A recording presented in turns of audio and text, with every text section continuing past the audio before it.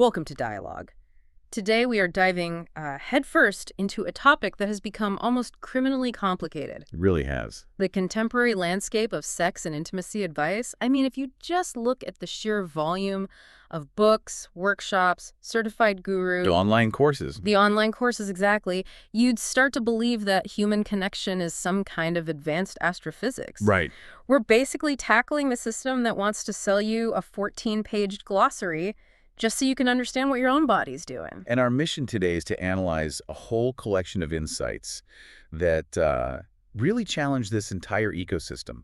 This material makes a bold and I think very necessary argument What's that? that modern sexology, therapy, and a lot of spiritual practices have, whether they mean to or not, just overcomplicated what should be a natural human experience. Okay. So we're going to try to strip away the jargon, pull out the core wisdom, and really critique the industry that's built around convincing you that your ability to connect is somehow broken. Okay, let's unpack this. Because the material we've gathered, it cuts right to the chase with this refreshingly simple formula. It does. It's almost shocking in its simplicity. It strips away all the esoteric jargon. What we found is that the true ingredients for, profound intimacy are just shockingly basic. Especially when you contrast them with the elaborate trademarked systems you see advertised everywhere. Exactly. So the central assertion is crystal clear.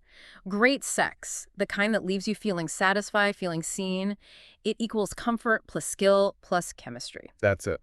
And if you want to take that to the next level, what we might call amazing soulful sex, it's all of the above plus the ingredient of love, or, at least a deep mutual caring and respect. Comfort, skill, chemistry, and love. That's the whole equation. It's the whole equation for a lifetime of successful intimacy. Yeah. And that four-part framework is so powerful because it immediately sets a high bar for critiquing what's out there in the marketplace, right? It does. Because if the solution is that straightforward, if it just requires presence, attention, communication, some basic human skills, then why is there this whole industry convincing people they need to pay thousands of dollars for it? And that's where the humor and the insight really overlap. You immediately see this contrast between the simple formula and the unnecessary overkill we see every day. The overkill is everywhere. The material we looked at compares these solutions to trying to put a turbocharger on a perfectly functional bicycle. Right, the bike works just fine. The turbocharger just makes it explode. Or the idea that you need a certificate signed by someone named, I don't know, Moon Jaguar Phoenix, just to be told how to breathe during a moment of connection. The irony is just, it's so potent. The very act of trying to optimize and intellectualize intimacy often destroys the spontaneity you need for a genuine connection in the first place. So that's our stage. Our goal here is to give you the core insights so you can immediately spot genuine advice from, the spiritual upsells disguised as enlightenment. Precisely. And to understand the scale of this, let's start by defining the market we're critiquing. Let's get into our first major finding: the rise of the big Climax industrial complex. This section of our material is just so illuminating. You've heard of big pharma, big tech, Big food. big food. Well, we need to introduce you to what this critique calls big climax. Or maybe the intimacy industrial complex. It's a fitting name. And it's not some small fringe movement. It's a massive, multi-billion-dollar industry focused on one thing. What's that one thing? Convincing the average person that their completely natural instincts for pleasure and connection are in fact defective or inadequate or somehow blocked. And that is a classic, highly effective marketing strategy applied directly to human vulnerability. It's need creation at the deepest psychological level. How so? Well, if you can successfully convince someone that they are operating at a deficit, that their intimate life is subpar, or their relationship dynamic is flawed, you instantly create a massive demand for an external solution. A structured, certified solution. And an expensive one. And the most visible symptom of this has to be the certification overload. The material lists titles that range from the legitimate to the just hilariously self-aggrandizing. We see this huge proliferation of titles like certified sexologist, somatic sexologist, erotic embodiment specialist. And look, to be clear, quality education is valuable. Of course. The problem is when these titles, which cost a lot of money to get, are created in such volume that it suggests an industry just, creating niches where general emotional literacy would probably suffice. And then you get the really extreme examples, the almost satirical ones. Like what? Relationship penetration consultant. You're kidding. or a sacred intimacy alignment coach. The observation in the material is sharp. It feels like people are just adding ass apologist or consultant to a noun to create a new career. And it serves the crucial dual purpose for the industry. First, it gives them perceived authority, so they can charge a premium. Right. And second, it deliberately alienates you from your own problem. It wraps simple concepts in jargon, suggesting only a certified gatekeeper can solve it. So if you distill all the marketing, all the workshop descriptions, all the slogans down to their essence, what's the core message being sold? It's simple and it's terrifying. You are broken without me. That's incredibly insidious. It feeds right into natural self-doubt. It does. Intimacy is vulnerable. And when we experience disconnection, our first instinct is to think something's wrong with us.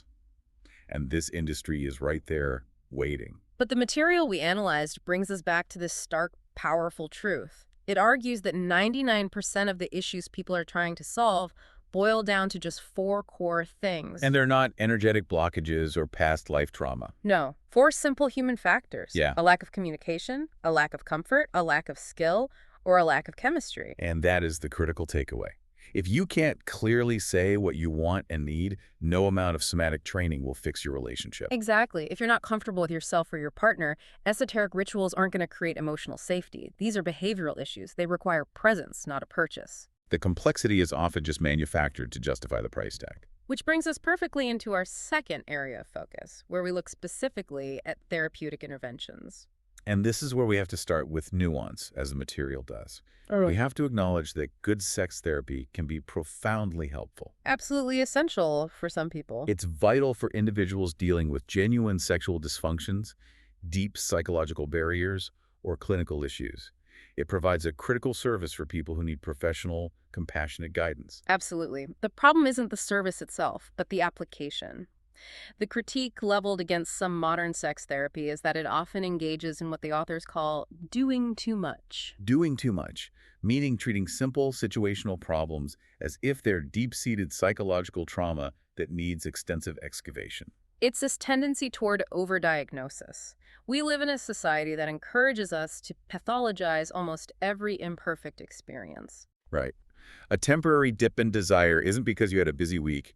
No, it's framed as a major psychological blockage that has to be traced back through your entire personal history. The material uses this scenario that is both absurd and really recognizable. What's that? The idea of spending 37 minutes and a lot of money discussing some vague childhood trauma to explain why you couldn't perform at 11:56 p.m. on a Tuesday. The specificity is what makes it so perfect. Yeah. It highlights that intimacy just doesn't work on that kind of clinical, predictable schedule. It's organic. It's messy. Right, because sometimes the problem isn't trauma from 1997. Sometimes it's just simple human stuff. You're stressed about a deadline. You're exhausted, you haven't stretched in 3 weeks, and your back hurts. Or maybe your partner breathes like a heavily winded bulldog when things get intense. Which is a massive mood killer, for the record. A huge one. And those simple causes, stress, fatigue, distraction, they're the low-hanging fruit. They're the problems that require self-awareness and self-care. But our culture encourages us to bypass those simple solutions and immediately look for a deep, expensive defect. So why does this resonate so deeply with us? Why do we feel this need to outsource a problem that a nap and a glass of water might actually solve? It connects directly to the broader pressure to optimize every single area of our lives. We optimize our careers, our diets, our fitness, and now there's this intense pressure to optimize our relationships and sexual performance. So if it's not 100% perfect, it must be broken and need an expert to fix it. Exactly. We've outsourced self-awareness in favor of professional optimization. We treat our own relationships like they're complex machines that need professional maintenance. And it raises a pretty profound question about the model itself, doesn't it? Is the goal to solve the simple problem efficiently, or is it to create an ongoing dependency on the process? That's a powerful and slightly uncomfortable truth. And speaking of energetic blocks and maximizing profitability, that leads us perfectly into our next section. Spiritual upsells and marketing mysticism. Ah, yes. The highly aesthetic, often very Instagram-friendly world of spiritual sex coaching. Right. This sector is often built around westernized, highly marketable versions of ancient practices, especially tantra. The material we reviewed has a pretty sharp take on it. What's that? It calls this space the spirituality world's favorite way to charge you $3,000 for learning how to breathe. Which is funny, but it also perfectly encapsulates the cynicism of packaging something profound into an exclusive, expensive product. And we need to be really clear here. Hmm. The critique is not dismissing the genuine feeling of deep spiritual connection. No, absolutely not. The sources confirm that feeling of energetic merging, of dissolving your ego into someone's soul. Those are real, profound human experiences. But, and this is the crucial distinction, a huge portion of modern spiritual sex training is just westernized repackaging. It's over-sexualized mysticism, upsells disguised as enlightenment. The new mantra seems to be, open your heart, open your root, and open your wallet. The real criticism is aimed at practitioners who take these sacred concepts, which were originally about transcending the ego and desire, and they just dilute them. How so? They reshape them into marketable techniques focused on optimizing physical pleasure, like having multiple orgasms. They completely miss the original point. So let's talk about that. What was the original intent of Tantra, according to this material? It was not about elaborate orgasmic techniques. It was a path to transcend the ego, achieve spiritual liberation. It was about intense meditation and self-realization. A rigorous spiritual path. A very rigorous path, but the modern commercial spin flips that on its head. Instead of liberation from desire, it becomes the aggressive optimization of desire. And that leads to some questionable offerings. We could call it Spiritual OnlyFans 101. The pretense of enlightenment is used to justify monetization. And the underlying message is that you need these complex, expensive rituals to achieve something that's already inside you. The material we reviewed just strips all that away. It says you don't need 40 rituals or a 3-day intensive. You only need 5 foundational things. And what are they? Presence, emotional safety, communication, connection, and breath. And those 5 elements are free. They are accessible to anyone willing to invest their time and their attention, not just their money. Exactly. If you have those 5 things, you're already equipped for a deeply spiritual connection. The need for an external guru only comes when you're convinced you need to buy a secret key from a gatekeeper. And that realization allows us to move into our next section, where we can focus on dispelling some myths and exposing the specific marketing tactics used by this complex. Okay, there are 2 major myths we need to tackle here. Let's start with the big one. The high body count equals skill myth. This one is a perfect example of confusing high activity with actual mastery. Right. The assumption is that if someone's slept with, say, 200 people, they must be amazing at sex. And the material just shuts that down immediately. A high body count just means you have a lot of experience in one specific art. Which is? The art of acquiring partners, not necessarily the art of pleasing them.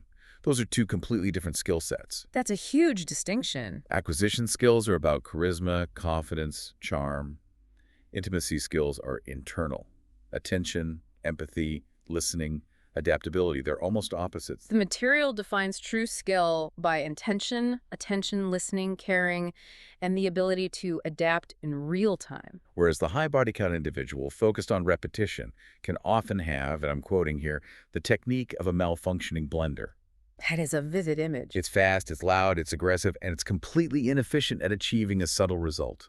It's a perfect metaphor for an ego-driven approach that ignores the partner. They use another great analogy. Cooking with 200 ingredients doesn't make you a master chef. Exactly. A chef knows how to use the ingredients. Someone with a high quantity might just have a big, messy pantry. So if someone sleeps with 200 people using the same ego-driven technique, they haven't gotten 200 years of experience. No, they've gotten 1 year of experience repeated 200 times. They haven't learned a thing. And that critique of superficiality contrasts really sharply with the next target, the Tantra sex god goddess persona online. Ah, this archetype. The one that leverages all the mystique of spirituality for self-promotion. The ones who sit cross-legged, draped in linen, speaking in this slow, affected voice like they just swallowed a crystal flute. And they say things like, I don't merely have sex. I facilitate the profound merging of souls. And the material provides this wonderfully grounded counter-argument. Which is? No, you don't. You simply breathe loudly, and you probably avoid filing your taxes correctly. It's a necessary dose of reality to puncture that manufactured mystique. The fundamental point is, if you want a genuine spiritual level intimacy, you do not need props. You don't need chanting, sage, moon water, ceremonial cacao. Or an altar dedicated to your ex's shadow work. Right. What you need is mutual trust and emotional nakedness. The environment has to feel safe enough for both people to be authentic. And this leads us to the core financial mechanism, the manipulation tactics used to drive sales.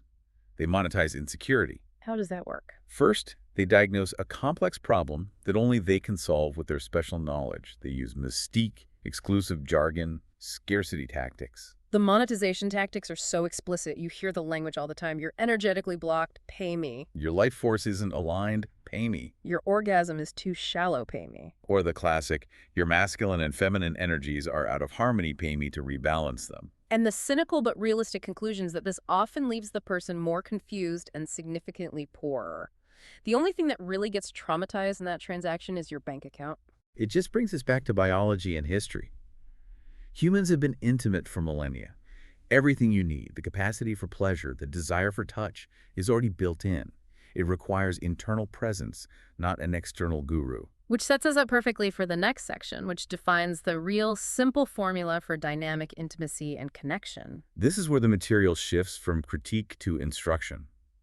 And it focuses on a critical dynamic, making a very specific claim that needs careful context. What's the claim? That in the dance of intimacy, the man needs to lead.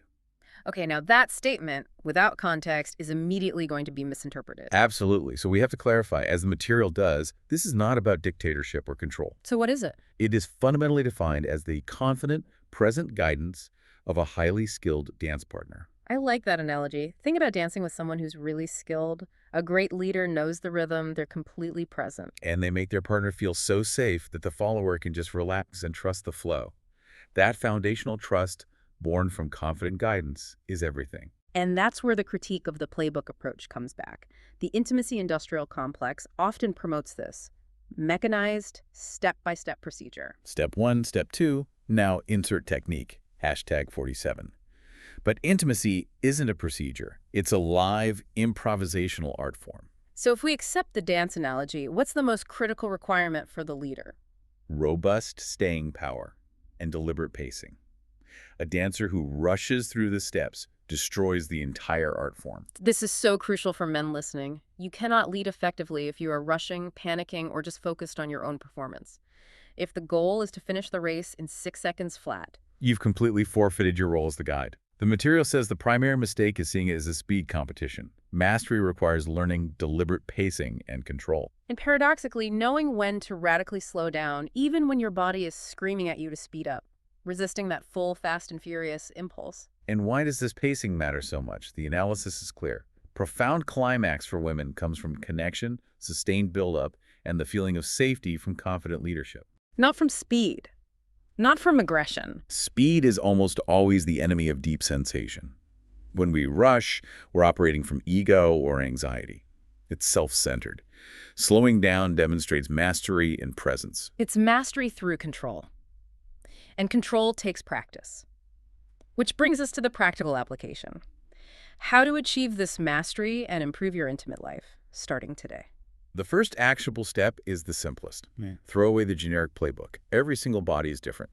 Generic scripts fail because they prioritize external rules over real-time feedback. And the master key, the simplest cheat code available to everyone, is just paying attention. It sounds almost laughably simple, doesn't it? But it is the most neglected skill. We're so focused on doing something that we forget to just be present. The material says your partner's body is the only instruction manual you need. It's constantly giving you feedback without a single word. You just have to tune in to the subtle, nonverbal cues. We're talking about listening to the shifts in their breath. Is it getting deeper? Feeling their movements? Are they pulling you closer? Watching for micro expressions? You have to learn what opens them up and what shuts them down. If you're truly present, your partner is giving you a precise, personalized roadmap to their pleasure in real time. It shifts your focus from what technique is next to what is working right now for this person. It moves intimacy from a performance to a shared experience. So let's wrap up with the 4 core actionable steps for men to embrace this idea of confident leadership. First, lead with confidence, not control. It's about creating a guided experience where your partner feels safe enough to surrender to the moment. It is never a power trip. Confidence is quiet and grounded. Second, learn pacing slow down. We can't say this enough. Speed is the enemy of sensation. Slow is sexy because it demonstrates self-mastery and respect for the journey. Third, develop staying power. This is a mental skill first. It means practicing breathing to ground yourself, changing the tempo, knowing when to stop for a moment to reset and draw out the tension. Premature ejaculation is framed as a pacing problem, not a failure. And fourth, the ultimate guide. Tune into her responses. Her breath is your feedback. Her sounds are your cues. Her movements are your roadmap. This is the core paradox of the dance. She guides you with her body while you lead her with your presence. You have to be receptive enough to constantly adjust your lead based on her input. These four elements, confidence, pacing, endurance, and responsiveness, they're internal skills you develop, not external fixes you buy. Which brings us back to the main takeaway. Intimacy isn't supposed to be this complicated, mystical sport. It's a simple, improvisational dance between two people. Where the person who feels most grounded sets the pace, the partner follows that flow, and the energy harmonizes. It just requires comfort, skill, chemistry, and presence. It doesn't require monetized spiritual intervention or expensive complexity. The most profound experiences come from the simplest, most honest foundation. Okay, so here's our final provocative thought for you to consider. If the core ingredients for great intimacy, comfort, skill, presence, attention are already built in and fundamentally free, what is the real cost of letting the intimacy industrial complex convince you that you need to buy an expensive solution to a problem that is simply a lack of presence? That cost is profound. It's the cost of your authenticity, of persistent confusion, and the needless self-doubt that stops you from realizing your own innate capacity for deep connection. If you enjoyed this conversation, please like, subscribe, and share this video. Also, let us know in the comments what really stood out to you in this conversation and if there's any related topic or new topic that you would like covered in a future video.